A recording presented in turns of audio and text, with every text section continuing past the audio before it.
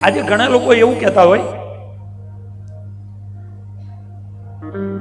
આપણે હું કથાની જરૂરત છે, એ તો પરીક્ષિતને સાપ લાગ્યો તો એટલે કથા સાંભળવી પડી, એટલે કથામાં જવું પડ્યું. પરીક્ષિતને તો બાપલિયા એક જ સાપ લાગ્યો તો આપણને હાન પીડે કેટલાય લાગે છે. પાડોશણ દીએ, પાડોશી દીએ, ફેક્ટરી વાળો દીએ, કામ કરવાવાળા કર્મચારીઓ સાપ દે. હે કોણ ક્યાં કેવી રીતે સાપ દે કાં ખબર છે? તમારા મોરબી મેં 2 દી પહેલા કઈક જોયું હતું, કોકે કીધું કે 3 મહિના દીવો કરું છું, મારી ટિકિટ કાપીને એનું 3 મહિનામાં અચ્યુતમ કેશવમ થઈ જાય કે બોલો. આવું કઈક મેં વાંચ્યું હતું. વિચાર કરો તમે કે મેં અખંડ દીવો કર્યો છે.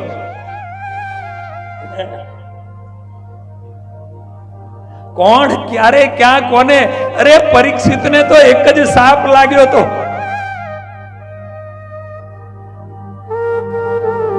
આપણને હાજ પડે 10 જણા સાપ આપે છે, નથી લાગતું? એના કરતા આપણે કથાની વધારે જરૂરત છે. આપણે કથાની વધારે જરૂરત છે. અને એટલા માટે સાચો મુસ્લિમ 5 નમાજ કરતો હોય ને સાચો નમાજી કહેવાય. એમ સ્વામિનારાયણ સંપ્રદાય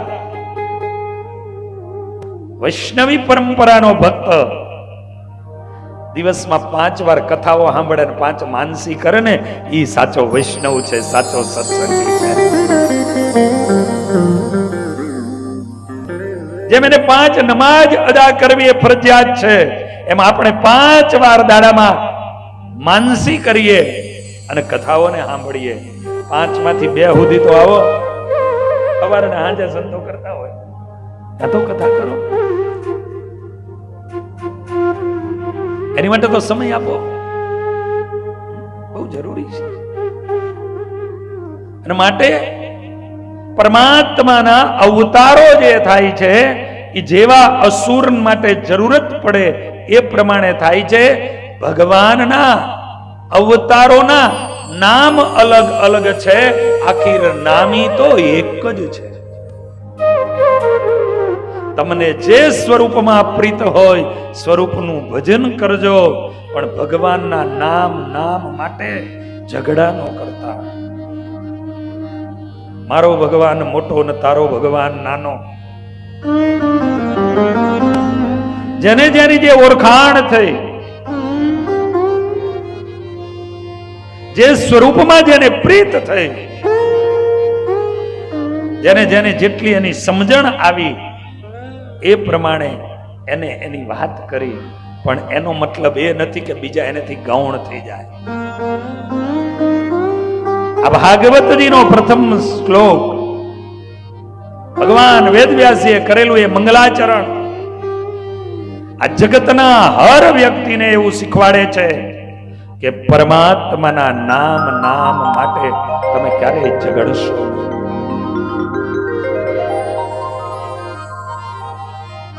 અરે જ્યાં જેવી જરૂરત પડે એ જ ભગવાન કૃષ્ણ. ગોપીઓ એને લાલો કહેતી, કોઈ એને કનૈયો કહેતી, કોઈને કૃષ્ણ કહેતા, કોઈને માધવ કહેતા,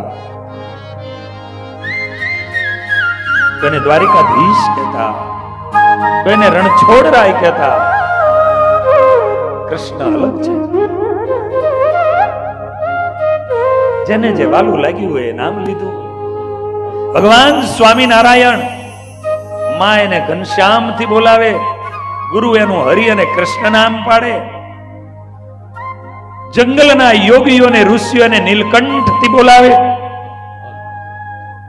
રામાનંદ સ્વામી સહજાનંદ અને નારાયણ મુનિ નામ પાડે. સંતો એને શ્રીજી મહારાજ થી બોલાવે. આંબા શેઠ એને ન્યાલ કરણ થી બોલાવે. આજ પણ આંબા શેઠની 6ઠી પેઢીના લોકો પોતાની પત્રિકા છપાવે સારા ભલા પ્રસંગ હોય એ ગઢપુરની બાજુનું ગઢાડી ગામ, અને તો આજ પણ એના પત્રિકામાં ન્યાલ કરણની કૃપા. એ જ સહજાનંદ સ્વામી હતા, પણ એ એનાથી ન્યાલ થઈ ગયા, એને ન્યાલ કરણ કીધું. માટે હરિના નામ છે હજાર.